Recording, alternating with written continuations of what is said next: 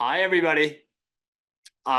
So grateful for you guys to join us. This is going to be a really awesome call. And Candace, Janine, Kathy, Natasha, Rosalind, Shannon, Sherry. We got a full female squad so far. Any names are still trickling in. Hi, you guys. Sarah S. Welcome. Marcy, Megan. Thank you guys so much for being here. We're just going to allow maybe 3 or 4 minutes for people to kind of trickle in, and then we're going to kick it off. I've been really excited to have this conversation. This is, and selfishly, because to be honest with you, I have personally been going through, undoubtedly, the hardest year of my life. And so bits of that I'm still processing, so I'm not going to speak to, but I am excited to just get some things off my chest. And honestly, this conversation is a conversation that I personally need. So I hope that by the end of it, we're all walking away with some, Joel, nice to see you, bro. Graham Gorham, nice to see you, buddy. Couple guys in here. That's great. So maybe at like 6:04, Lance, we're going to kick it off. Shannon, my co-host. Is she here? Hi, Shan. I see your name here, but you should be at the top of the screen. Elisa, is there any way we can get her up on the panel? In the chat, you guys. So this is a conversation about mental health, of course. Let us know. Hi, Shad. Hi. First of all, let us know where you're from. Let us know if you are somebody that has had PTSD or potentially are struggling with something like trauma-wise. I know that's a vulnerable thing to type in the chat, but just let us know. I'd love to know where you're from. And some of these calls, we get tons of people. Some of them are a little bit more intimate. And honestly, I actually personally like the ones that are a little bit more intimate, because when it comes to, the end of the call, everybody gets a chance if they'd like to ask a question or to share something, maybe a nugget that they take out of this. And when there's lots and lots of people, that becomes a bit more challenging. So we are at 6:02. All right. So for anybody that doesn't know who I am, my name's Keegan, and I'm the founder of MindfulMEDS. Harrison Hot Springs. All right. And just a little bit of background as to who I am. So when I was 22 years old, I took a big job, big as in like my ego was padded with thinking this was a big job, but I got a job in New York City, and it was a sales job. And I had gotten hired a year before based on my sales performance to come and manage the sales team in New York. And that Christmas, my whole entire life fell apart. And I was in my third year of university. I ended up dropping out of university. And slowly over the months between February dropping out of university and starting this job in New York in May, I drank every single day. So I had gone from being a weekend drinker, like all of us in college, or many of us, to now relying on alcohol to just try to get to sleep, to try to numb out the pain that I was going through. And before you knew it, I had a full-blown alcohol addiction. And I remember taking the flight from Vancouver to New York City. And I was so hurting inside that I literally had written my whole life off, and I didn't think I was ever going to come home. So I literally had planned that I was going to die in New York. And, I just wanted to share this with everybody because, when I got to New York, I showed up a very different version of me because I had drank for 100 straight nights. I gained like 20 pounds. My face was swollen from the alcohol. I had anxiety. I had depression. And I was masking it with humor and pretending and just like, I didn't want the world to know that I was, so hurt inside. And, one of the luxuries of this job that I got was we got this beautiful apartment to live in for the summer. And on the rooftop of this apartment building, overlooked the beautiful Manhattan skyline. We were in Long Island City, just in front of the Hudson River was right in front of my building, and we could actually see the lights of Times Square from where we were. It sounds amazing, right? But a couple nights we'd go up there as a group of guys and girls, and we'd drink and we'd smoke cigars and celebrate, the sales day or weeks that we had. But one night I went up there alone, and I was on this rooftop overlooking the ground with my heels kind of kicked up, and I was looking down at the ground, and I thought, this is it. This is my last moment. I'm going to literally jump off this building. And I'll never forget it, because the ground was just covered in garbage. And New York was going through a garbage strike at the time. And I just thought, oh my God, I'm going to fall off this building. I'm going to be on the ground, and my mom and dad are going to have to come here and scrape me off the ground. And I heard this little whisper, just get to your sister's wedding. Thank God my sister was getting married that summer. She got married at the end of August. And so I made that commitment. I somehow didn't jump off this building.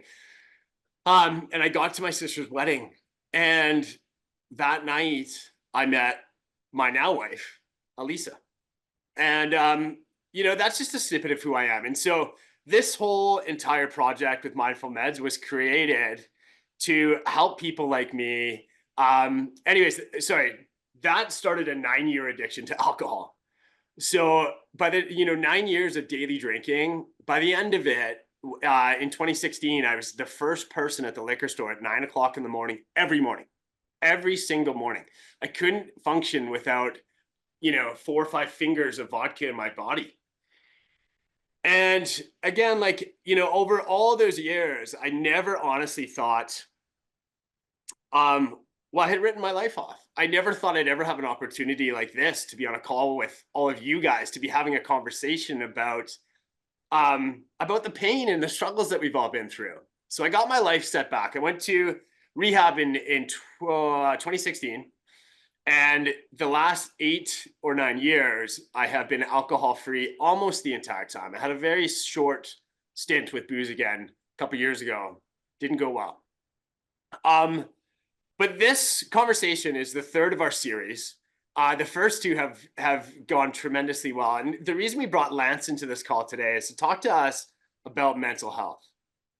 And one of these newer concepts to me anyways, is this idea about post-traumatic growth, which might be a new concept for some of you here, and because it has been for me. And so doing a bit of research before the call tonight, some new studies have come out, and they share that 70% of the people that go through these hardships actually come out a more resilient and a better version of themselves. And they alchemize the pain, and they come out with this new lease on life. And, I was telling Lance just before we hopped in, we had just a brief moment to kind of catch up. But right now I'm going through the hardest year of my entire life. Even though I've had some tough years, this one was by far the hardest.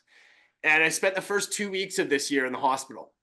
I had a life-saving surgery on my stomach where they removed 75% of my large intestine. And it looked like I wasn't going to make it at one point.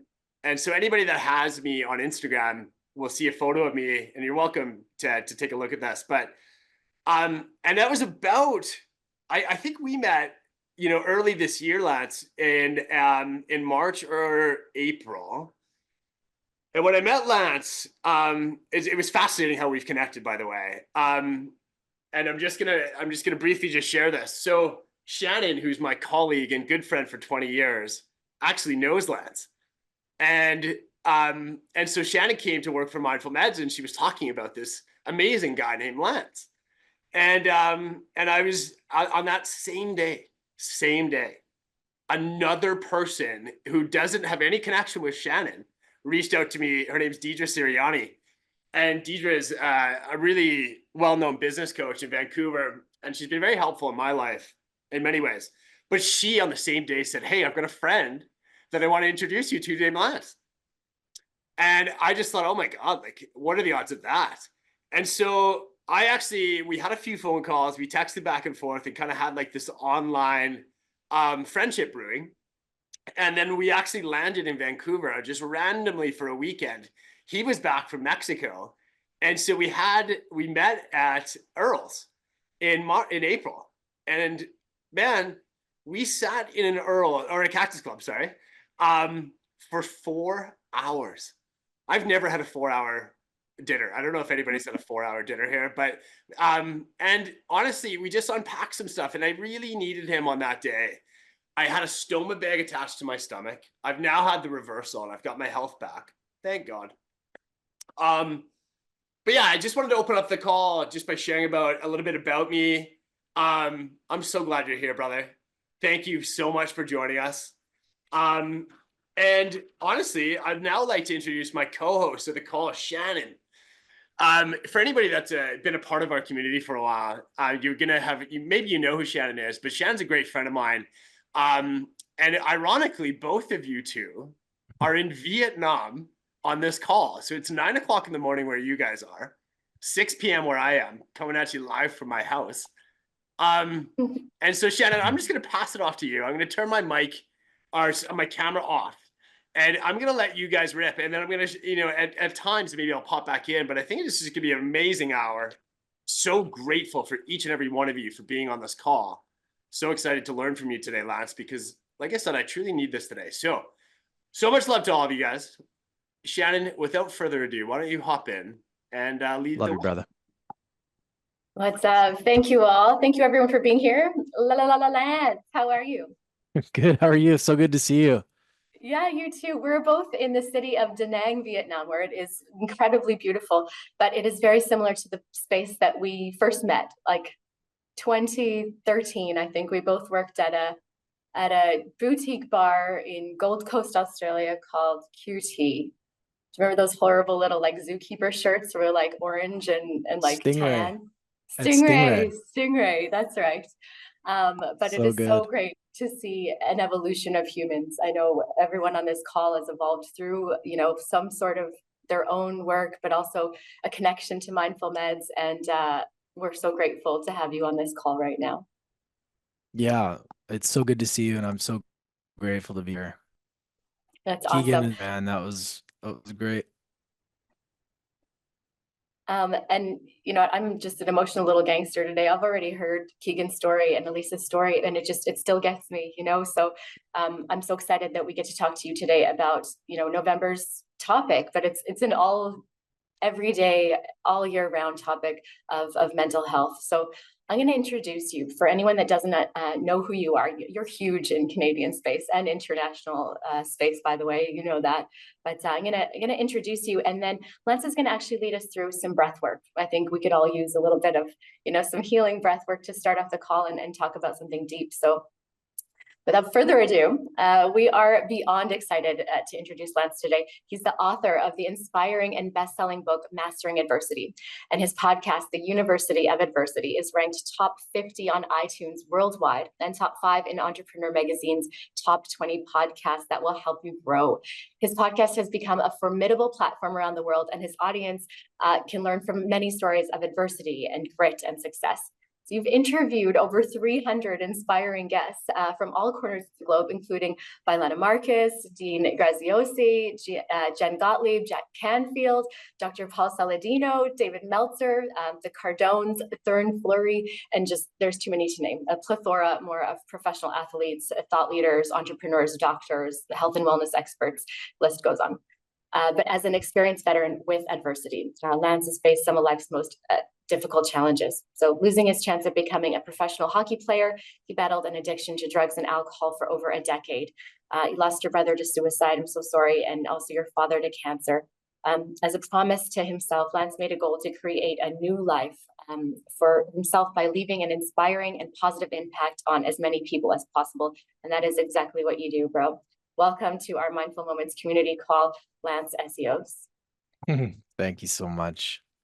It's it's crazy to hear that sometimes. All those, when you think back over the years, the people of the conversation. Thank you for the reminder of that. I appreciate it. Absolutely.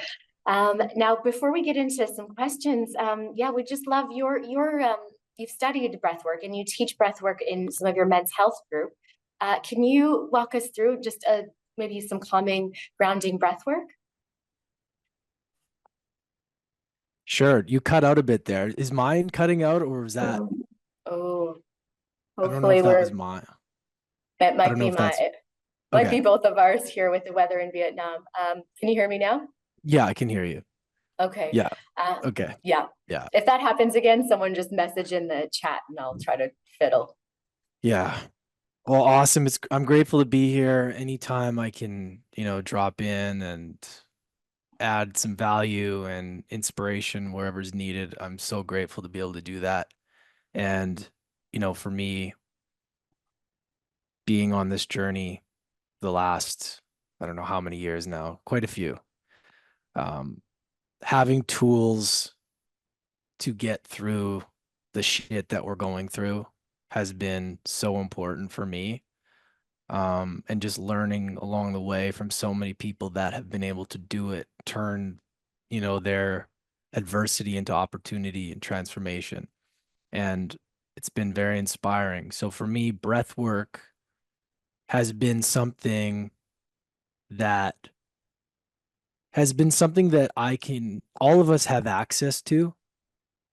And that's a beautiful thing when you need it in the moment, when everything around you is chaotic, and to be able to go to your own breath, tune in, release energy, tap into different levels of intuition, all the good stuff that happens that we can get into. It's just such a beautiful tool that I have found to be very useful at connecting to ourselves. So today I was thinking about what we could do here. We'll do 3 rounds of 20 breaths. So I don't want to overcomplicate it. We don't have to think too much about it. It's just about opening our hearts, dropping in. And what we're going to do is it's going to be full connected breaths. So you can do this either through the nose or through the mouth. No pause in between. Okay. We're going to do 20, 3 rounds of 20. And then at the end, I'm going to say something. I'm going to ask you, what does my inner guidance want me to know right now? Just to kind of drop in and allow anything that has come up during the breathwork to surface so that we can get into the conversation. So just a little demonstration. I'll just give you a little bit of a thing before we start. It's just like this.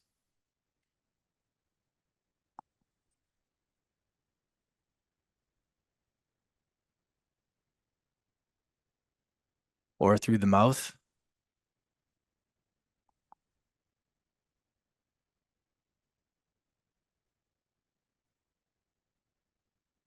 So there's no pause in between. There's no double breaths or holding your nose or anything like that. There's many different ways. This is probably the least complicated, and you don't have to think about it. Focus on just getting your lungs full of air. Effort on the inhale. So a relaxed exhale. That's it. That's it. And what I'm going to do is I'm going to count, but if you lose track of the counting, don't worry about it because it's just about you finding your rhythm. I'm just counting just so that we have a guideline on knowing how many we're doing. So what we'll do, we'll do 20. The 20th, I'll count down 19, 18, 17, and we'll hold it, and we'll do that for 3 rounds. Does that make sense? Is everybody okay with that? Are we in a safe, comfortable place? Make sure wherever you're sitting that you're not in an elevated surface where you could fall down and hit your head or anything like that. Be mindful because you can sometimes with your breath, you can fall over and weird things can happen. So just be safe. All right. Okay, Sounds cool. good. I can't see anybody, so it's just I can see you, Shannon, but I'm assuming everybody's cool with that. You got some hearts there. I think everybody's Okay, cool. All right. So good. All right. Everybody, all right, let's when you're ready, let's just close down our eyes. And just take a nice deep breath in through the nose.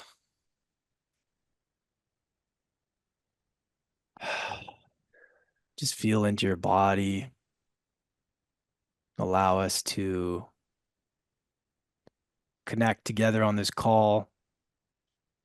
Set the intention to open our hearts and to just allow whatever needs to come through for the highest good. So in a moment, I'll start the first round of 3 breaths or 3 rounds of 20 breaths.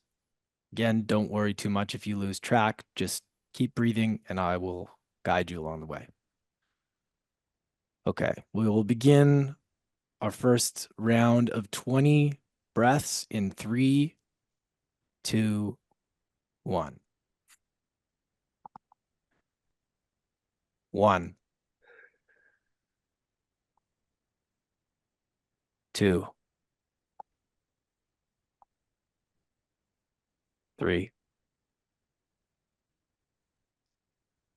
4, 5, 6, 7, 8, 9, 10, 11, 12, 13, 14. Nice full deep inhales. 16, 17, 18, 19. One more on the 20th. Full exhale. Hold it on the full exhale out. 19, 18, 17, 16, 15, 14, 13, 12, 11, 10, 9, 8, 7, 6, 5, 4, 3, 2, 1. Go for second round. Inhale. 1, 2, 3, 4, 5, 6, 7, 8, 9, 10. Full deep breaths. 11, 12, 13, 14, 15, 16, 17, 18, 19. One more. Nice deep breath in. Full deep inhale. Full exhale. Hold. 18, 17, 16, 15, 14, 13, 12, 11, 10, 9, 8, 7, 6, 5, 4, 3, 2, 1. Last round. Here we go. Inhale. 1, 2, 3, 4, 5, 6, 7,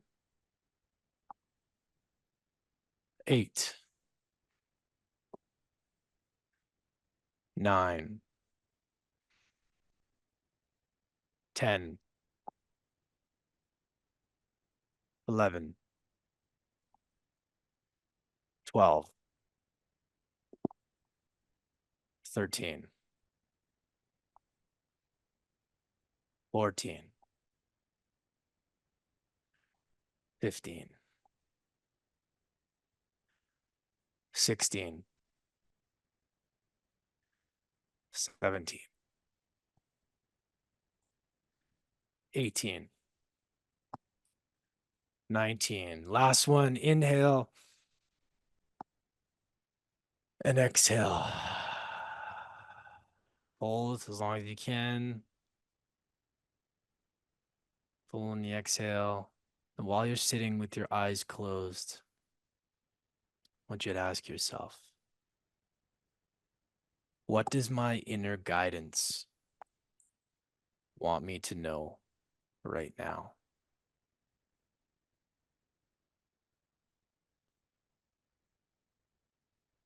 What does my inner guidance want me to know right now?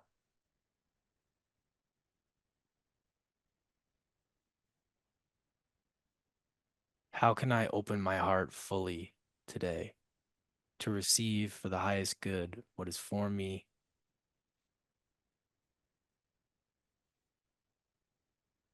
What am I ready to receive?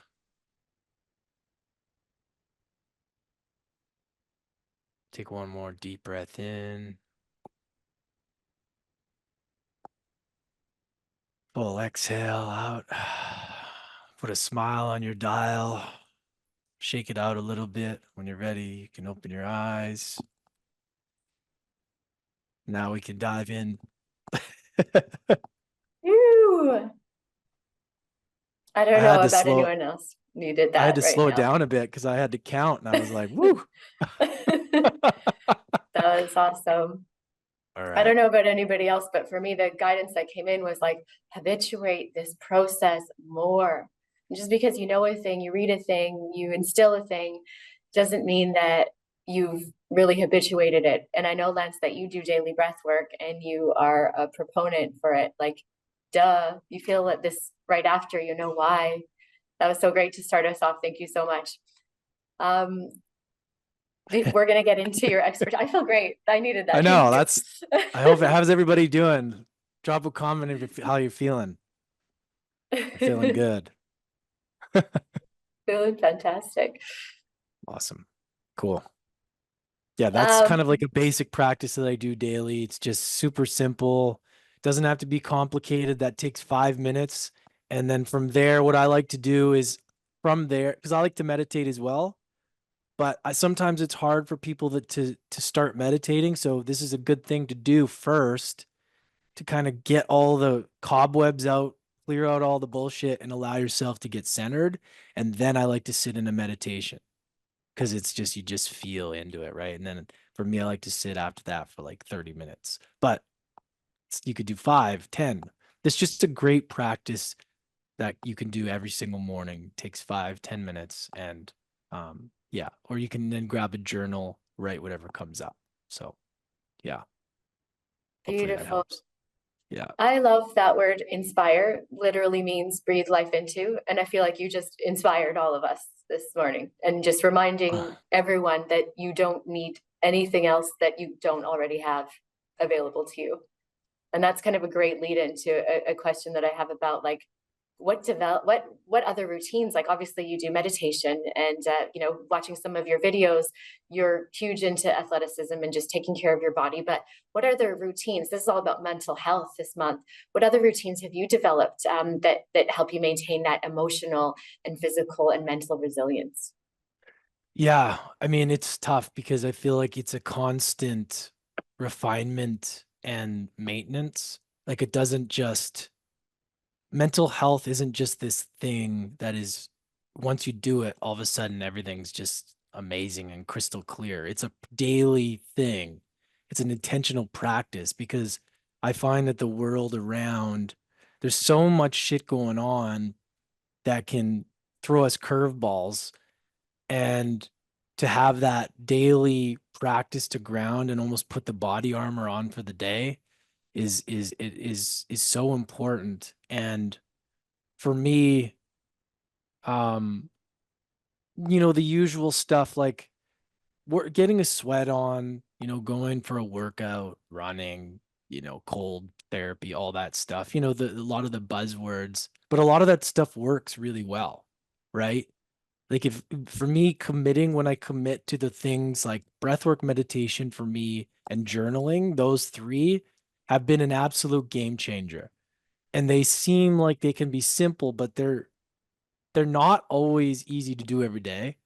So because it's sometimes the distractions of other things or bigger things take over, but I have found that my best days and I'm the clearest when I have those non-negotiables, where I put myself first. And when I take care of those things, the rest of the day sort of takes care of itself. So for mental health specifically, it's always, connect to myself, journal, meditation, breath work, but then choose some sort of physical challenge, something, because I feel like when we choose the challenge first, the rest of the day is easy, right? But if we hide from this stuff, then we're just going to get thrown stuff that's going to be a lot harder than it needs to be. That's what I have found. So yeah, just always kind of refining, paying attention to what works.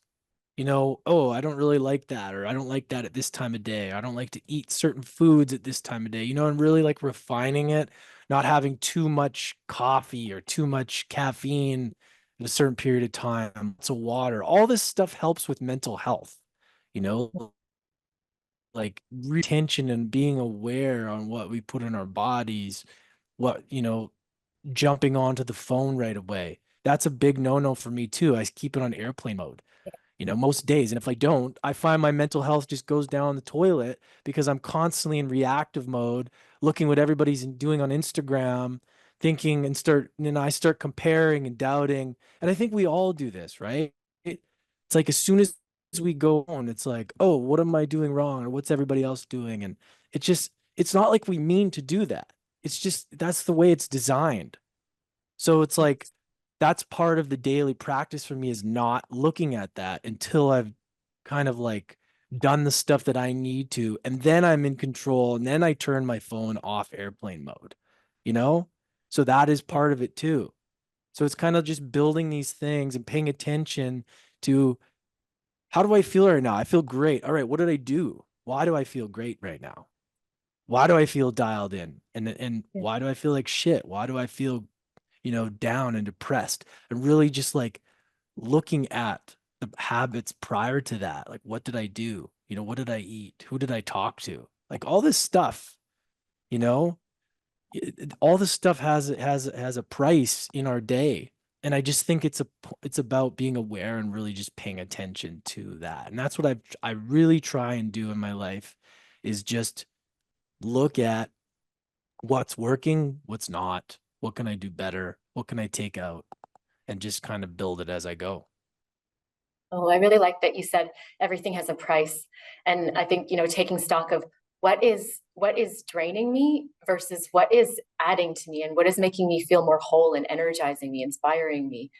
And I mean, just because I like that you use the word armoring too, because a lot of us, we spend so much time trying to de-armor something that might be blocking us from love or openness. But it's also important to keep, with the society that we live in today, and Instagram and social media and just all of this unrealistic expectation, to have an armor about you, to have a filter about what is real versus, is this even a human? Is this a bot? Is this an AI thing that I'm comparing Yeah, myself to and damaging my mental health with?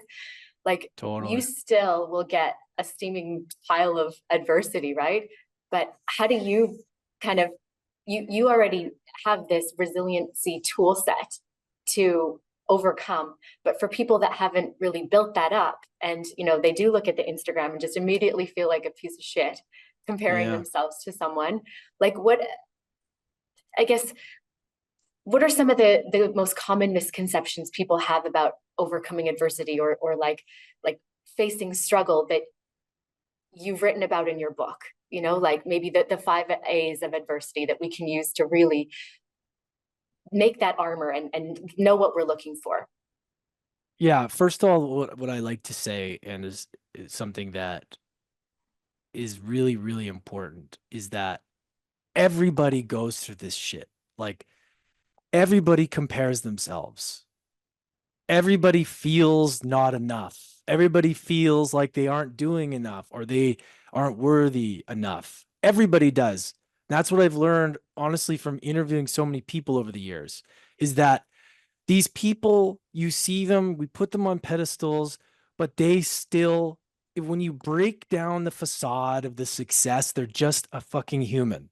And you're like, that's where you're like me, I'm like you. And that's where I find the common ground with people, is that people have this image of themselves that they have everything figured out. But the beautiful thing is nobody does. Once you dig deep enough, you realize everybody's got their thing. And it's just, you can breathe easy, that it's okay. Like it's all the same. It doesn't matter. There's going to be something that somebody is insecure about and somebody's struggling with, and you're not alone. Basically, is like, when I realized that, I was like, oh, okay, that's great. Even though I forget that sometimes when I'm comparing myself on the journey, like, oh, that guy, why am I not there yet? Or why am I not here? Or, all this bullshit that is totally irrelevant, because nobody has the stories that we have, that we've been through. You can't compare yourself to anybody else. You can learn from them and be like, oh, that's possible. Amazing. Oh, that's been done. Cool. It's possible. But nobody's you. And for me, that has been a big realization that I always have to coach myself with, is that all of that stuff, the comparisons and all of the social media, it's not going away. It's only going to get worse. With AI, with fake shit, everything to take us away from ourselves. So just realize that, like, it's only going to get worse. So we got to use the tools. And, with the armor, I'm glad you brought that point up, because, for me, it's all there's two sides to that. It's like, I'm all about opening your heart. Like what we just did is opening your heart, but also, having your armor for life, because you want to guard that, your energy with your life, because it's important, because there's going to be all this stuff that is going to try and take that away. And it's really important to be able to do that. And what I have found, you brought up with the 5 A's from the book. It's interesting. I've been talking about this a lot more lately. I hadn't talked about it for a while, because, you write a book and then you stop talking about it for a while. So it's like, it's interesting. But so the biggest thing, the main one out of the 5 A's is awareness. The biggest step to anything is awareness. Like, a lot of people aren't aware of what is going on. And it's such a gift to be aware, because then you can start to change. Then you can start to realize, like what we just talked about. Like, what are you putting in your body? What time are you getting up? Like, all of these things, like awareness of, like, what's causing things to fuck my day up? What's causing things to light fill my tank? Like, that's awareness of all of it, taking inventory. And if you aren't doing that, you're never going to be able to change. You're never going to be moved through the adversity you're going through. And if I'm sure everybody on this call has been through adversity before, right? It's safe to say, I mean, I'm no different than anybody. I've been through a lot of stuff, but a lot of you, I'm sure, this is the beautiful thing about the human spirit, is that I've learned so many times that you underestimate people sometimes, and you don't realize, and then they assume you've been through a lot, and then you hear their story, you're like, you didn't think that was a big deal, and they like downplay their story, and it's just crazy. So like, we've all been through it, and I think it's just a matter of, like, like I said earlier, like having the tools that you need to be able to create that awareness. But also the second one is acceptance, which is like, it's not about giving up. Acceptance isn't, that word can kind of be like, oh, I'm screwed. No, it's done. It's not that. Acceptance is just the reality of the situation. You get to choose. Okay, I'm in the shit. Cool. Let's look at this. You know, like how like let's accept what it is. If you need to sit in the shit for a bit and allow yourself to sit in a pity party, good, give yourself that for a bit. But then that is when you make a decision to stop, accept what it is, then start to focus on the solutions, right? Like the most empowering thought in the situation is very, very important because you can be in a situation and two people can look at the same situation. One can look at it with opportunity and one can look at it the complete opposite. So I just think like being able to accept it, what it is very, very important. Once you can accept that, then you can start to think about the next one is aspire, which is like, you know, commit to wanting to get out of this thing, right? Commit to a desired outcome. Like, okay, I know what's going on here. Like how do I want to choose the most empowering thoughts? Like, do I want this to, because some people don't want to change. They say they do, but their actions don't show it, right? Like they say this stuff, and I'm sure that all of us have said this at some point.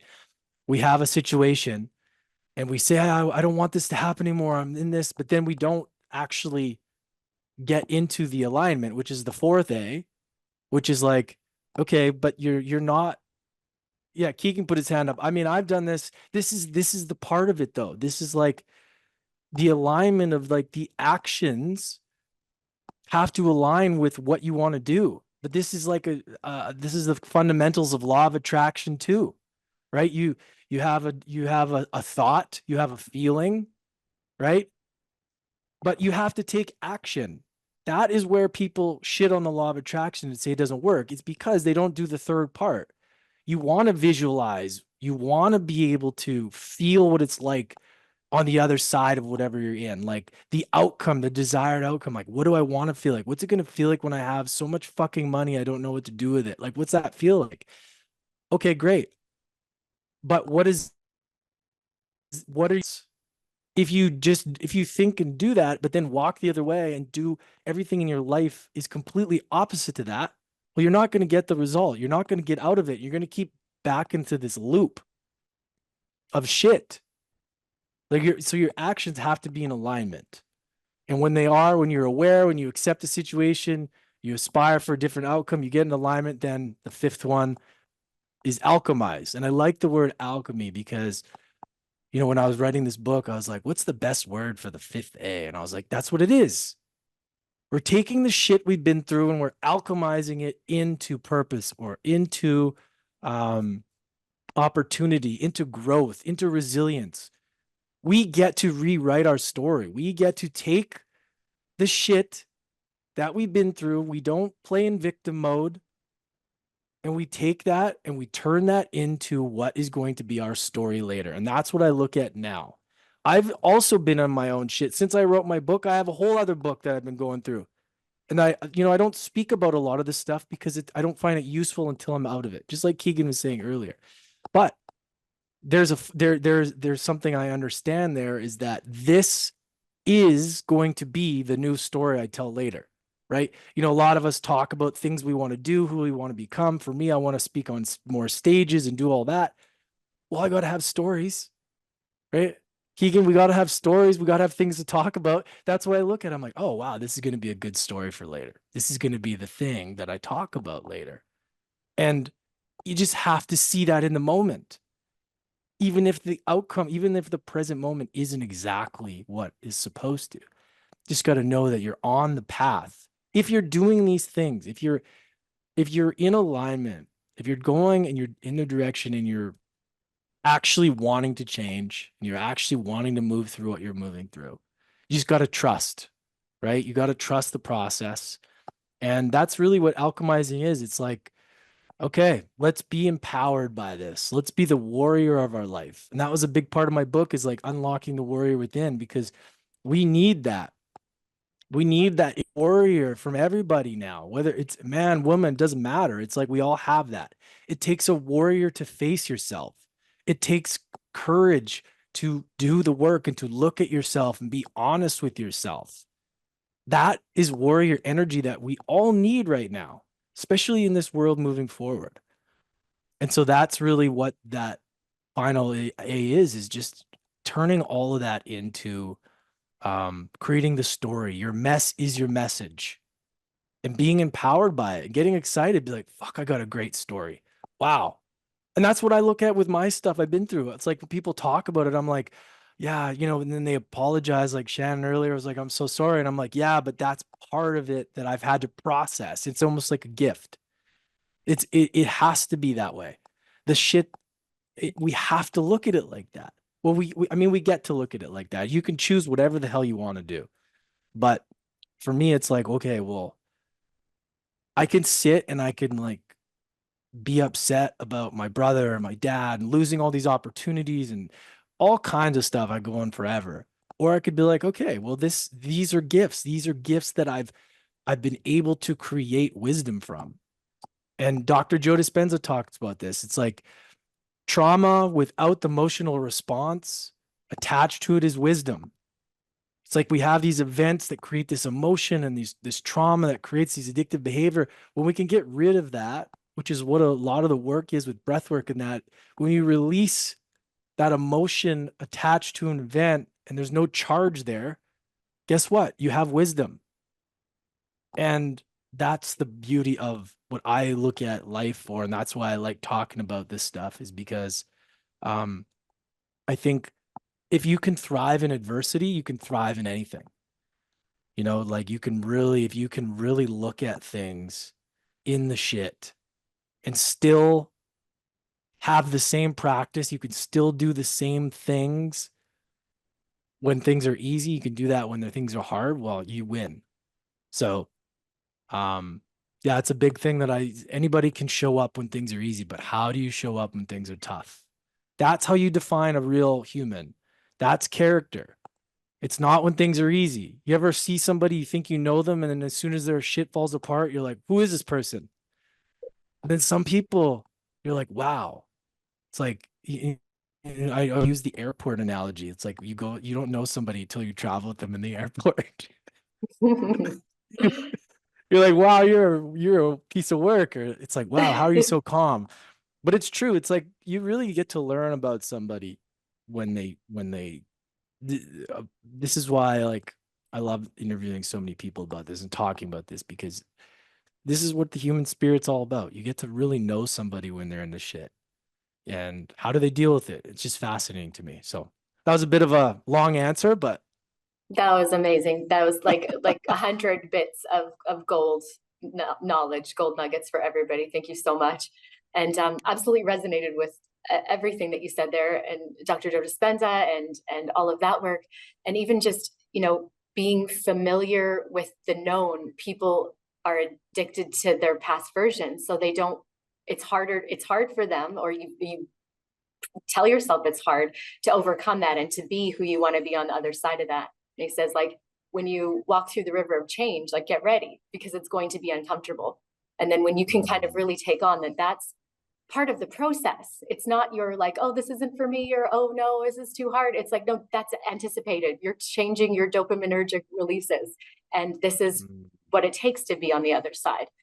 And I love that you spoke of gratitude, and that you spoke of you know, acceptance. So many people think surrender means to give up, but really it actually takes a lot of strength to accept something, because then you're giving yourself another step to move to the next platform and go on. And you can feel, Lance, that in your words, you've cultivated so much wisdom from not just all of the guests that you've had on your show, of course you have, but from your own real issues and overcoming your own adversities. And do you like anticipate adversity now? Do you like, where is it? It's coming. I'm going to learn something. No, I mean, I just know that I look, I just, I know that it shows up, and it's, I I get to choose how I look at it. It's all perspective. Yes. You know, like adversity is just perspective. It's, it doesn't have to be hard. It doesn't have to be the language of like this is so hard. This is, you know, it's, you just, you know, I have found over the years that the people that really make it through and really win in life, at least from my perspective, is like when they look at it like a puzzle, like a game. It's a game. It's like, oh, this is just a thing I need to just figure out. I don't go and seek it. I don't necessarily love being in the shit, you know, but I just know that um I signed up for this in this life as of now, and I've seen it in like my gene keys. I've seen it all. It's about adversity is just this thing that I got to figure out and understand and help people understand that that is the thing that I think separates everybody. How do you deal with adversity? How do you deal with shit? Because I love if we were, everything was easy for everybody, we wouldn't know. There wouldn't be anybody that's created success or not, or there would be no gauging of like what anything is. I feel like it's how do you deal with a challenging situation? Awesome. That's inspiring. And I just, I've learned that in the moment, I just call it what it is and just try not to turn into a victim about it, because you get the opportunity to choose that, right? Like, do I that's want to such be a a great victim to perspective. this? Like, it's all it is perspective. Every Yeah. single time, choose the most empowering thought. Even Abraham Hicks, Law of Attraction, he talks about that. It's like when you're in it, you have the choice. Choose the most empowering thought or not. That's the difference.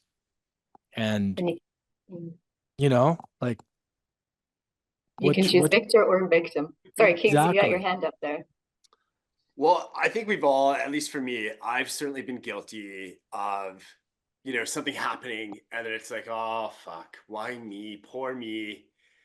And I think it's a good conversation. Like it's, I would like to just unpack victimhood with you, Lance, and just get your perspective Yeah. on what victimhood is, and Yeah. acknowledging that, you know, I think some of it, and I heard this from your podcast the other day as I was doing a bit of research on this. You did a solo podcast. It's only 17 minutes long.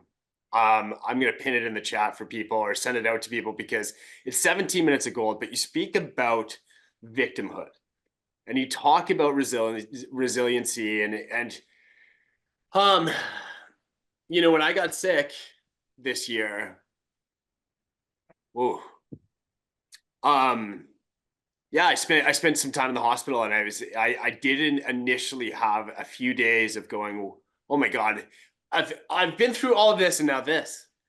But I'll Mm. tell you, on the other side of my hospital journey, what I decided to do is no iPad, no phone, no books. I sat there for 11 days. I had 3 different stints. My first one was 11 days. And I went so deeply inwards. And I shifted out of the victimhood into, okay, sure, I'm here now, but what is this teaching me?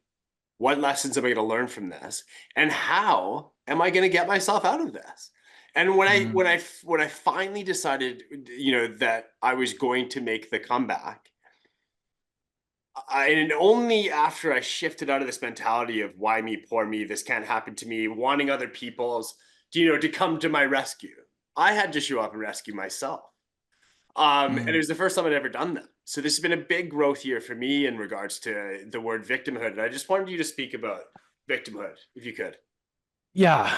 Well, thanks for sharing that, brother. I think like we're all humans and we all are going to be a victim. I mean, it's not, this all of this stuff, you know, I have these things in my book called the adversity archetypes and that we all go through. One of them is victim. One's a distractor, fixer, shit what happens when we're in adversity.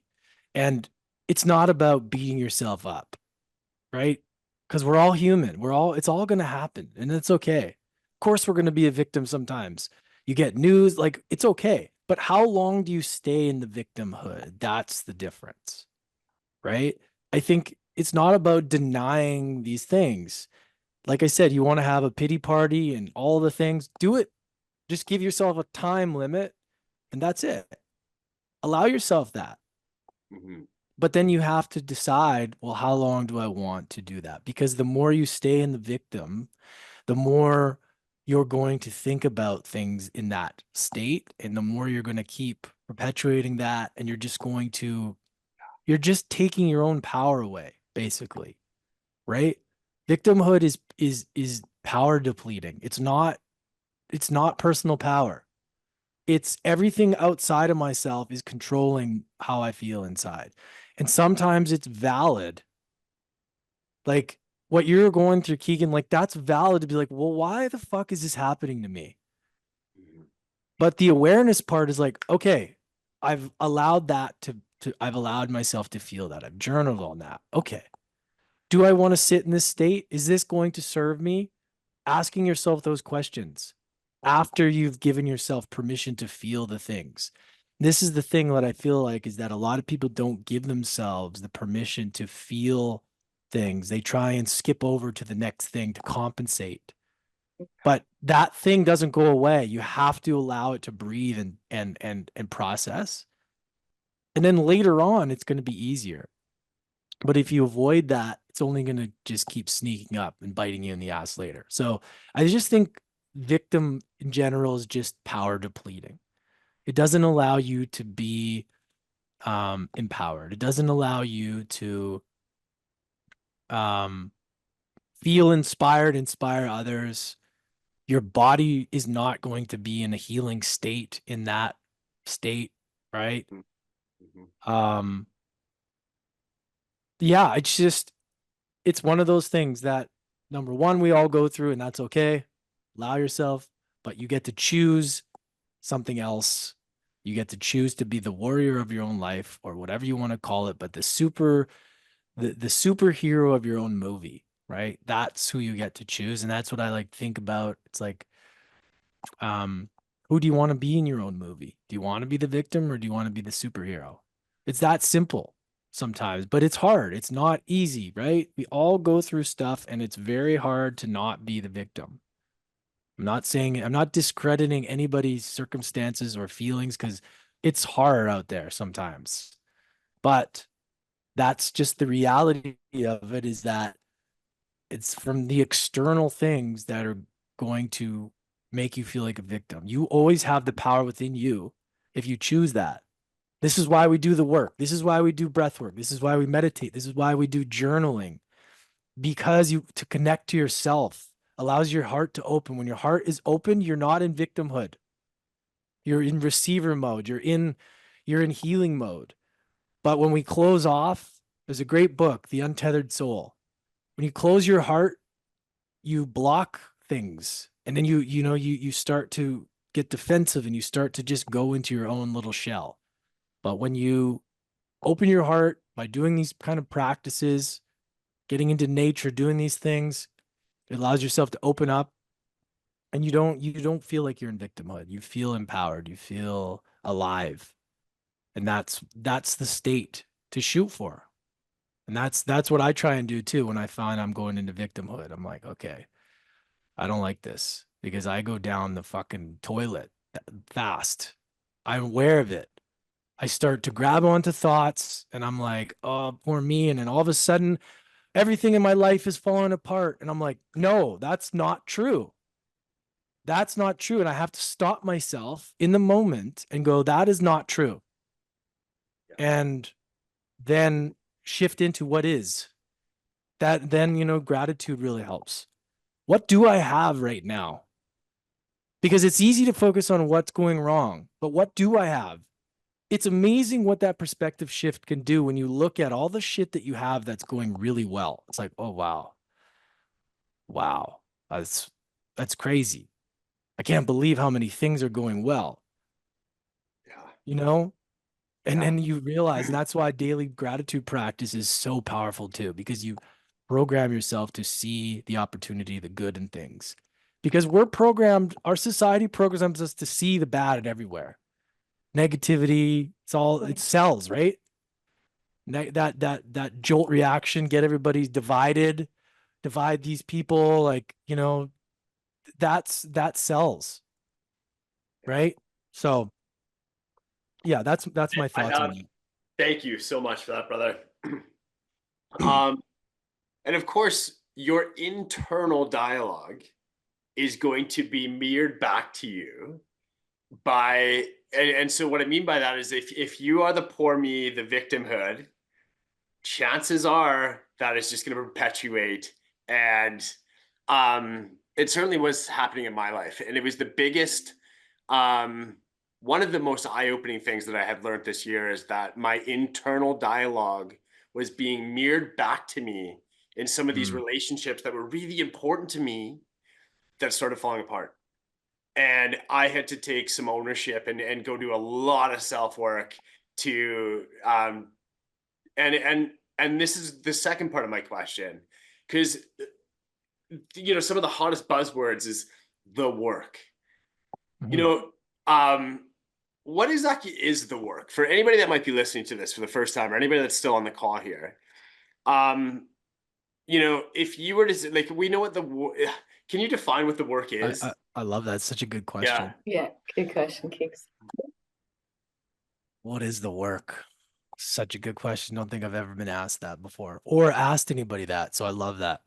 Well, I'll give you my perspective. The work is work. What is challenging for you, right? And that means facing off against yourself. What does that mean? That means, first of all, being honest with where you're at and taking ownership. Honesty and ownership, right? And you can't do the work unless you know what work you need to do, which comes down to the awareness. And there's plenty of work to do. The inner work, like the meditation, this psychedelics, right? Going ayahuasca, doing, psilocybin, obviously, like that's work. Like going on a journey, like 3 grams of mushrooms, 5 grams of mushroom, that's work. Where you are facing yourself. It's nobody else, right? That's what I think is the work. It's like, how can I disconnect from all the things and face off against myself? And that's where the work starts. That's where it gets scary. Is seeing a light shine on your weaknesses and vulnerabilities. Hell, entrepreneurship is doing the work. Entrepreneurship is one of the craziest personal development challenges I've ever experienced in my life. I didn't know I was signing up for, because it just highlights all that stuff, right? In real time. So I think part of the work is just like showing up first for yourself. And I like to ask this question. Is this true to me, or is this somebody else's story? Right? It's either true to you or it's somebody else's story or projection. That's literally the reality. And so what happens is, if you're living your life based on everybody else's projections and stories, it's going to fucking hurt when you realize that. When you're like, wow, I have been living a lie. And this is where you see a lot of like high performing, like people in corporate, they're like chasing this thing and they're like, wait a minute, I don't even fucking care about this. What am I doing? I just burnt myself out for this because I want it, but really here, I've been ignoring this. That's the work. Is this my ego driving me? Ego helps in ways. I'm not saying ego is bad, but you have your ego and you have your soul, right? Your heart is your soul, and you want to be led by that. And so when you make decisions and you base your life based on your heart and your soul, and your intuition, then that's the path. But it hurts a lot when you realize that you haven't been doing that. And a lot of people have to go through that. That's part of the work too. It's like, what life am I living? Is it mine or is it someone else's? God, so good. We all go through this at some point. Yeah. We're literally our parents. Like you live your parents' dream. Most kids, like for me, I loved playing hockey, right? Growing up, but my brother wasn't as good of a player. He didn't love it as much. My dad just, it was his dream make it to the Right. NHL. Luckily, I loved it. I loved hockey, but he pushed me a little too hard where it was like it wasn't fun anymore and it just became more of a chore. But that's what happens is like the kid becomes the parent's thing, their dream. And then it's like, wait a second, you get there one day and you're like, wait a second, am I even doing what I want to do? Like, Mhm. and that's the confrontation. That's like the honesty and the awareness of like, oh shit. And then it's like an unraveling of like, who are you? With this, what stories you created, what stories are true, like who actually am I right now, Yeah. like why do you do what you do, why do you choose that, why do you choose that behavior, why do you know what I mean, like we can literally choose to be a different person tomorrow, be like, okay, I'm gonna literally choose different everything, Mhm. but why do we choose the things we do? It's crazy when I think about it sometimes. It's like, why that character we created, why? And then if you want to retire that character, that hurts sometimes because that character that you played in that movie gave you a lot of validation. And for me, the bartender guy that Shannon knew me as in, Gold Coast of Australia, that lifestyle gave me so much validation Mhm.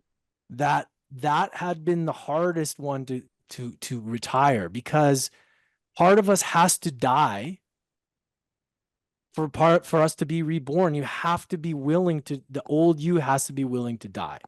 I know it sounds crazy, but it's the Yeah. death of the ego of who we were to make room for who we want to be. And that is work. That is hard sometimes because it's literally a death, right? And when you get validation for things and things, that's who you've built. That's who you showed up as. Like for me, I was the hockey player. Then I was the bartender. Then I was the podcaster, entrepreneur guy. Then I'm the author. I'm all these things. We're all these characters, right? And then it's like, well, what got me here isn't necessarily going to get me here. Yeah. Like for me, even I'll be honest with myself, where I'm at, I've got here, but I'm like, if I want to, I say I want to get to where I want to get to, that what got me here isn't going to get me there. This is where habits, this is where like really figuring out the honesty of like what habits got me here, but which ones won't get me there. And Mhm. this is like the game of inches. This is like the difference. And this is all the work. This hurts. Building new habits, new routines, letting go of past self, past all this shit that's like we've been doing. It hurts because it's like a death. And giving that up is like, you know, very tough. And most people aren't willing to do it. And most people aren't willing. This is why you see people stuck, is that they say they want it, but they aren't willing to let that go. And I think that is the hardest part of the work is the death of the self that you have to let go and integrate. It's not like it's just a death and it's gone. It's integrating into the new you, but you have to be willing to let that go. Otherwise, it's just going to be the same patterns, right? Mhm. So all of that is the work. It's all about, what do you need? I can't say what everybody else needs. I can only speak for myself and my own journey. um but it's called work for a reason. It's not always easy, but you can make it fun if you want, if you're crazy like I am. But not always fun, but that's it, we're all on this journey and we all are going through it. We've been through a lot of crazy shit the last 5 years. And yeah, it's just the work is yeah, it's there for you to take anytime you want. Yeah. Well Does that all said. make sense? Yes. Lance, I had to hold back tears there at one point just because what you're saying is resonating so much that it's like Yeah. everyone on this call has manifested this information for a reason, you know? Jesus. Yeah, Anyways, yeah. Let it flow. like And I love what you say about perspective. I'm very connected to that word as you are to adversity, but it's like your ability to shift and evolve your perspective is your superpower. And you can't change who you are from what your art. You have to see it from a higher perspective and know that you chose this for a reason. Keegan, all the shit you and Elisa are going through, a higher part of your being chose that for a reason, because you know that you're able to shift it, unchange it, and have a purpose for it and help others with it. Any goosebumps for a reason. And your gift, Lance, Elisa, Keegan, like everyone on this call are experiencing this hardship so that we can alchemize it and help other people with it. I really believe so. So beautiful. I Thank you, Lance. Yeah, no problem. And Keegan, like, always think about the story you're gonna tell. Like the journey, the entrepreneurial journey. And this is where, like, I have found so much value in my podcast journey that I didn't know I was signing up for, is like, oh shit, everybody goes through these stories as an entrepreneur. Everybody loses it all and then gains it all. It's almost like a rites of passage. Yep. You can't escape this stuff if you want that success. It's going to, like, it doesn't, it's literally every single successful person, every single person has gone through this shit. And they don't talk about the end result. They talk about the come up. Who do you become in the process?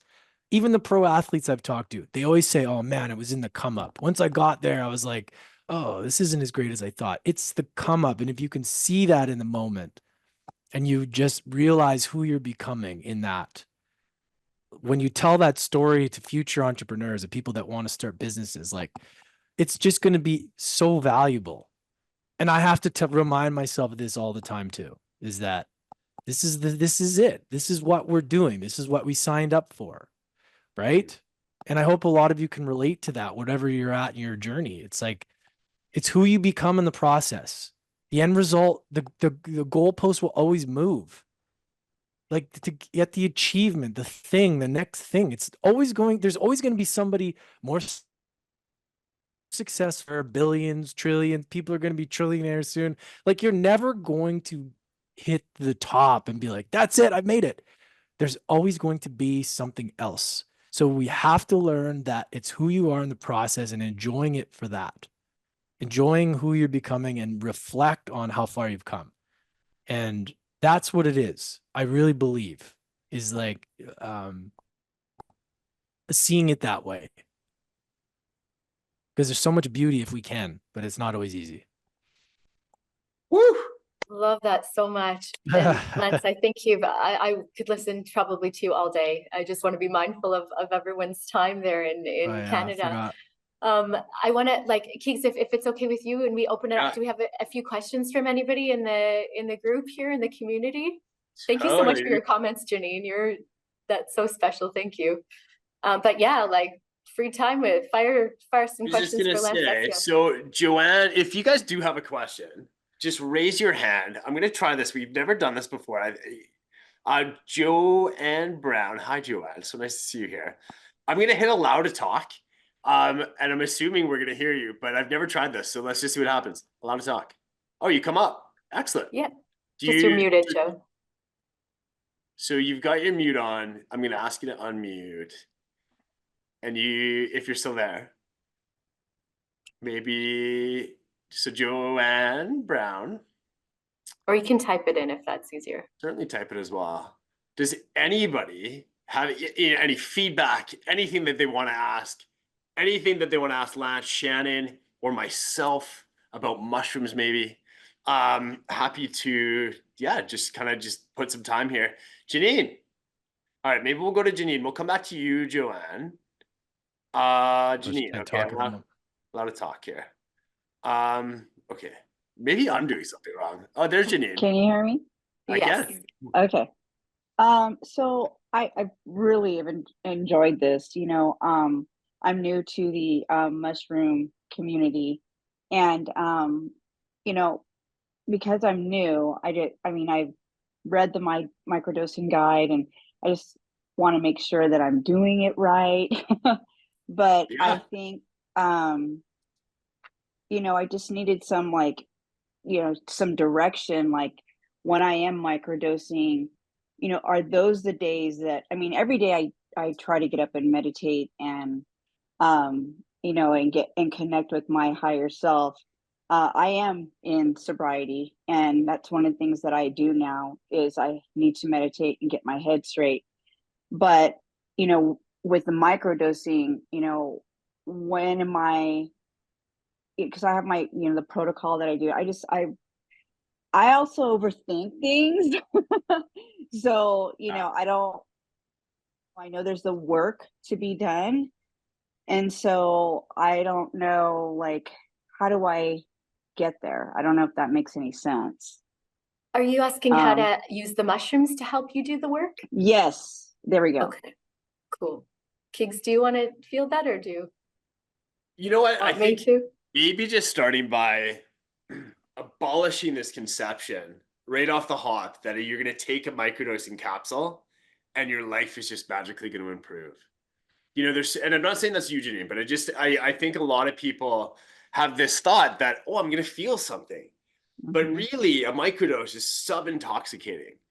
And Janine, what I would encourage you to do is just grab your journal, and at the end of the day, reflect on the day. And this is microdosing days or non-microdosing days, because, you know, the results of the microdosing are right in front of you. And what I mean by this is, you know, maybe potentially you get off work one day and you're driving home through traffic. I know you're down in California, so maybe you're down in this terrible LA traffic. And traffic for me is one of the most triggering things in the world, or was.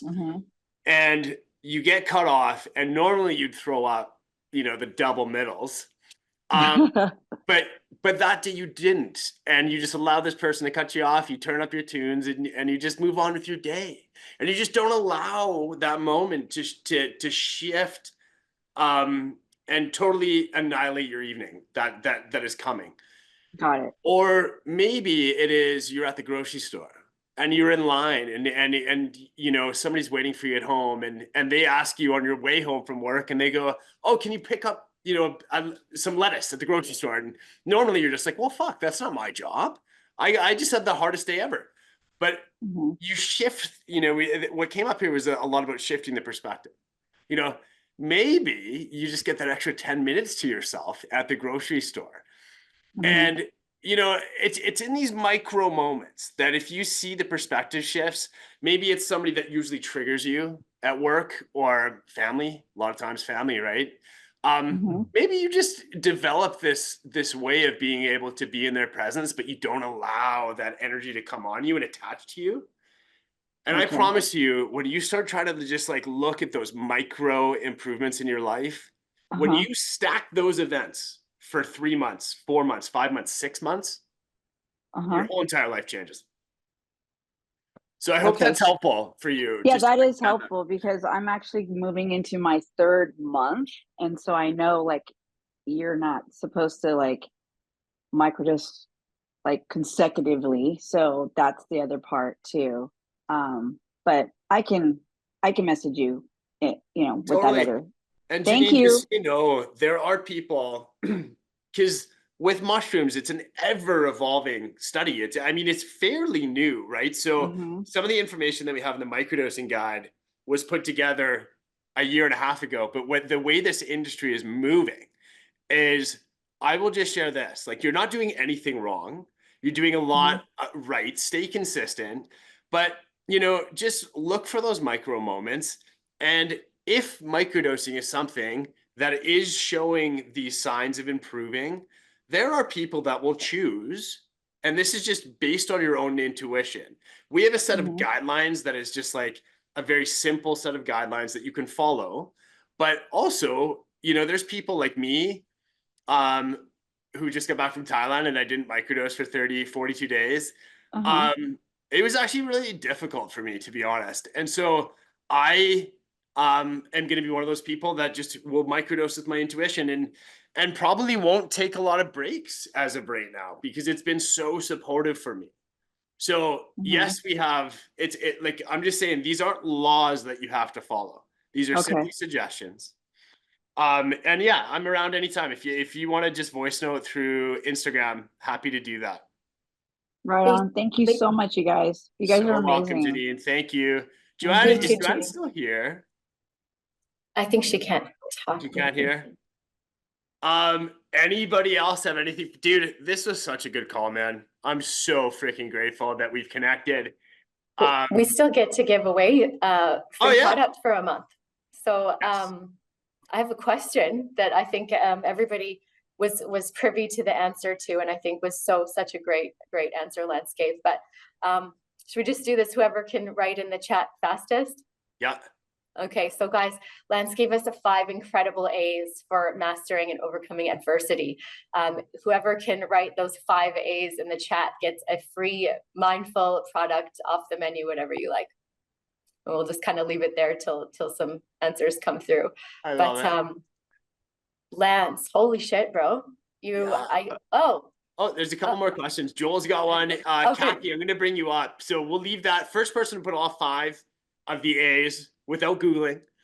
Just because I know everybody's Googling right now. Can I just add one thing real quick? Definitely. Yeah. I want you to know, I didn't mention MindfulMEDS, how awesome they've been for me with my focus. Also, I wanted to say that. And Yes. now that I was like, I have lion's mane. Like I literally kicked in the start of this, and I was like, woo! I was like, let's go. So I wanted to say that. Thank you. I'm brother. not kidding. And Yeah. obviously I can't microdose while I'm here, but I wanted to tie this in obviously to this conversation, that those have been the most powerful that I've had. I love them. I love what you guys are doing, but even the ones that aren't micro, just like the happy days and Functionals. yeah, I'm like, it's a staple. So I just wanted to say, like, I take that before I need to get dialed in. So that's why I could maybe speak properly today, like better than normal. It's hard not having them traveling. It's really hard. I can notice the difference when I don't have them. And I'm like talking about mushrooms and writing about mushrooms and dreaming about mushrooms, but not having microdoses available. Yeah. I'll tell you, you can tell the difference. Yeah. Totally. And just because there's only 15 people here, you guys, I am going to drop something exclusive to our VIPs. We have a very small VIP community, but I opened up a promo code until January 1st that I'm going to allow all of you to access. It's the largest discount that we ever discount our products to. It's literally as cheap as we can make them and produce them and still run a business. 30% off all of our products. The code is mush love, all in one word, and in the coupon box. It's available for you, your friends, your families, and it's not something that we're publicly talking about. So you have to make these calls in order to get it. I'll just type it in. And at least I did. Yeah. You did? Okay, cool. Yeah. And so let's go now to Kathy quick, and then it looks like Joel's got a question, and then I think we'll jump. Okay, so Kathy, come on up. On the mute. Oh, here we go. One sec. Asked to unmute. There we go. Hi, Kathy. Hi. Thank you, you 3, for facilitating this. I really like these type of events because they're not paid and you guys choose to spend your time like this and share knowledge. So that's very appreciated. You don't have to be doing this, but you're choosing to. So thank you. My question is that I'm just learning newly about mushrooms and the world of it. What is microdosing? Yeah, so microdosing is taking a very small amount of the active ingredient that is in mushrooms. It's called psilocybin. So you're generally taking either 1/10 to 1/20th of a dose that is intoxicating. So it's a very small amount that you take. And when you combine it, so when you combine the microdosing with the work, quote unquote, that we've discovered here today, I mean, people's lives all around the world are completely shifting. So you're in the right place for that. Have you ever been on our website before? I've not. I just started researching mushrooms, but the recent situation I'm in now is meditation, breath work, yoga. It's all a big fundamental part of my life. And now I want to kind of take that next step. And I think a true psilocybin journey would be an extreme jump. So Totally. I feel like this is a good place to start. I just intuitively feel like that. I'll tell you right now, in the history of running this business, which is coming up to 5 years now, you are the perfect avatar for a microdoser. Anybody that is actively trying to improve their lives is an incredible candidate for microdosing. And and I'm not just saying this to try to sell a product. I have never seen this not work for people that are doing the work. The only time that I have not seen microdosing work is if people are just popping these and not doing it with reverence and intention. And so what I implore you to do is hop on the website, mindfulmeds.io, and go and download. It's a free microdosing guide. It's everything that we have learned along the way, put into one document, 62 pages long. It's the most robust microdosing guide that I'm aware of anywhere in the world, and it's free. So maybe start by reading that. And I think you're right. Like, you just kind of just slowly get into it. Maybe, and I'm happy to, if you're on our Instagram, I'm happy to DM you and help get you set up. But yeah, just slowly build the relationship with the mushrooms and the medicine. And then who knows, maybe it eventually will lead to a macro dose, but there's no rush to get there. But I will say that many people start with microdosing, develop that relationship, and then over time start to really open up their comfort zone to do a macro dose. Perfect. That beautifully answers my question. Thank you, you three, for your time and knowledge. Thank you. You're so welcome. Thanks for being here, Kathy. Here we go. We got Joel. Come on up, brother. Hey, Joel. Hey, Joel. Hey, thanks, guys. Just to echo Keegan's point on the microdosing, I was new to it too, and it's the small micro improvements, and it's been a huge benefit or improvement or assisting with the other work I'm doing. I almost want to say it makes emotions come more to the forefront to look at and delve into, makes the mirror bigger. I'll just leave that at that. I had two questions for Lance. The first one, Lance, so I work in law enforcement, and we're, these high stress, high critical incidents that can happen.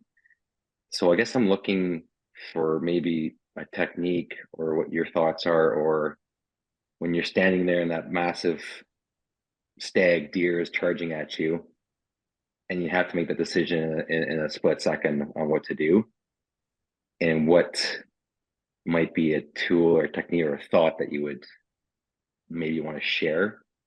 And that's just my version of that event. That can happen in any event. The guy at the grocery store wants to punch you in the face and you got to deal with it, right? And that's a pretty extreme example. And then the second question for you, Lance, because I got to get off my head or I'll forget, is if you had to pick one sentient being from the animal kingdom that most resonates with you for what you embody or what you believe or what you feel, or if that makes sense as well. Oh man, love that. Love that, Joel. Thanks, brother. So what I'll say about, I know you're in a very stressful environment, and I've interviewed some people that have been in that kind of environment as well, and it takes a toll on your nervous system for sure. But I would say that in those moments, that's where your morning routine is going to help you put that armor on, right? It's the morning routine, it's the breath work, it's the meditations, it's those things first thing, especially meditation after doing a breath work, is going to give you that time in between that reaction mode, kind of like what Keegan was saying with microdose. And that's exactly right. I think combining those, that in the moment heat is made in the morning routine. It's the same thing if I was playing hockey and instead of losing my shit on somebody and taking a stupid penalty, it's that split second you have to make it. Meditation and microdosing, whatever it is you do, is going to give you that extra second that you need to not react. And I think that in those moments, that's where the work that you do in the daily stuff is where that shows up. Because I have found that if I don't do those things, then if something stressful hits me, I snap and I'm like, oh shit. And I always look back and like, oh, what didn't I do? Oh, okay. Mm. I see why. It's like, so that's what I would offer. I would say that, especially in your position, like, man, meditation and breath work can be an absolute game changer combined with your microdosing. Like, to just give you that time and that ability to be able to observe before reacting, it'll be a game changer, man. That's my thoughts. Because I could definitely relate to that. And second, the animal. Wow, it's interesting. I love this question so much. I would like to say like something like a lion or a wolf or something. Something like that, like a lion. I think like I resonate with just there's a couple different ones. I think those two would probably be the ones. I've also had like a deer show up in my awareness before, so I've had multiple animals show up, but I would say that like something like that. What about yourself, man? What would you consider yours? It's interesting you mentioned the deer and the wolf, the predator prey relationship, and how one exists for the other and vice versa, and they can't exist without each other. And how the Yeah. wolf only harvests what it is given to him, right? Like the deer says, "You can take me because I'm saying you can," and he's like, "Yeah, I'll do that because I'm supposed to," kind of thing. So it's very interesting. Yeah. Yeah, it's interesting the parallel there. The wolf and the deer both shown up a lot for me lately. Mm. Moose as well. So yeah, thanks for actually, yeah, great question back at me. I appreciate it. And I just want to say, yeah, that tip on setting up your day before the day occurs so your system can react or have that second to observe. That's very powerful. Observe before you react because and I can relate to the goalie part because or hockey part. I was a goalie and man, sometimes just Mm. slashing the back of people's legs was just the thing to do. It wasn't, but that was the reaction in front of the net. So Yeah.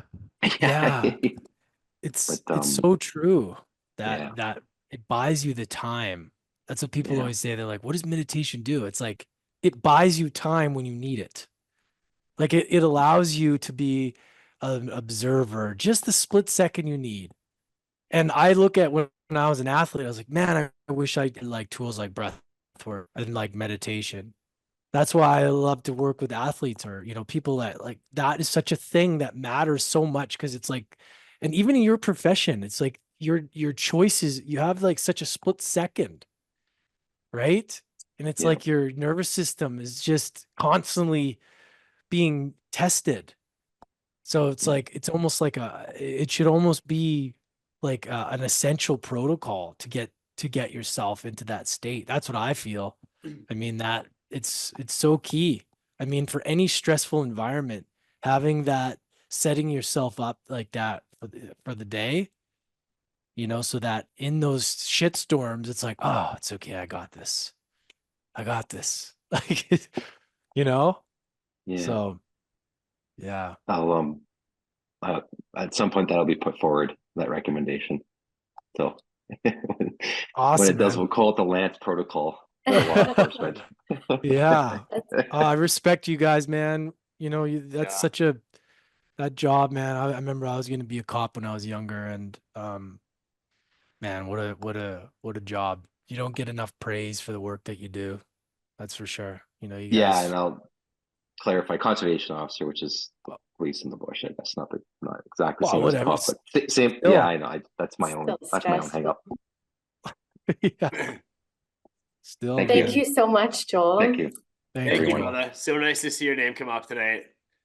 Um, Yeah, just Shan. before I know we're running out of some time, but I just wanted to announce like the first person that answered that I thought was our Elisa Bell, but there's actually another lovely lady here named Elisa Bell. I was like, What? Elisa's helping them out, but it's another person named Come on. Elisa Bell that answered the questions of Lance's 5 A's, right?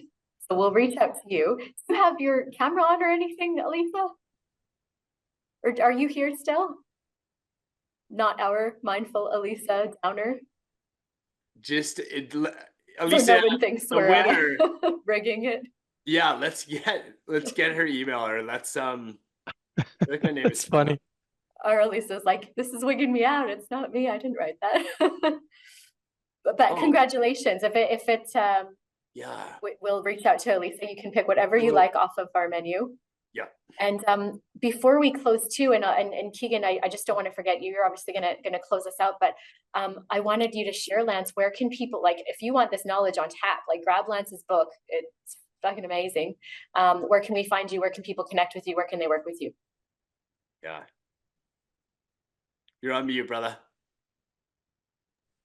Sorry. I would just go to Instagram. All my stuff is there. Podcast, website, book. I'm working on some more stuff coming out, different programs and stuff for breathwork and coaching. So it's going to be evolving, but for now, yeah, Instagram, that's where all the stuff lives, I would say. Awesome. And get his book. It's just, this will be available to you all the time. It's a best-selling book for a reason. You guys heard all of the wonderful things that Lance has to share. And Lance, I really believe and feel in your vibration, like you're a teacher. You're here to teach us. You're here to teach people with your vibration, and that vibrational resonance is so palpable. Like, you just made us all feel better breathing. So thank you, brother. Thank you. And yeah, if you guys, thank you. I appreciate it. This is so great to be here. I just love sharing this stuff. And if you guys want to check out the podcast, University of Adversity, it's available. If you want to, yeah, subscribe, leave a review if you get any value. I'd always appreciate that. Just seeing, the reviews and people just like, any sort of value. I love hearing it. So thank you. And it's all there. There's like almost 500 episodes now. So it's lots. Yeah, and we'll send out Thank an you. email to everyone asking about some of his details. I'll pop it in an email and send it out post interview. And then I'm sure we'll do an Insta post just of how great this was. So for sure. This is great. I think you beautifully summed it up, Shannon. And thank you for bringing Lance in. I needed this conversation tonight, selfishly. Really, truly did. It's been helpful. Love you, bro. Love you guys. Love you Thank too, you bro. so much. And yeah, can't wait for the next one. Lance, I know we're going to collaborate on something this year or next year. Absolutely. I don't know what that is yet, but there's more to come. That is for sure. For sure. Absolutely. Thank you guys for being here tonight. Have a great evening, and we will see you soon.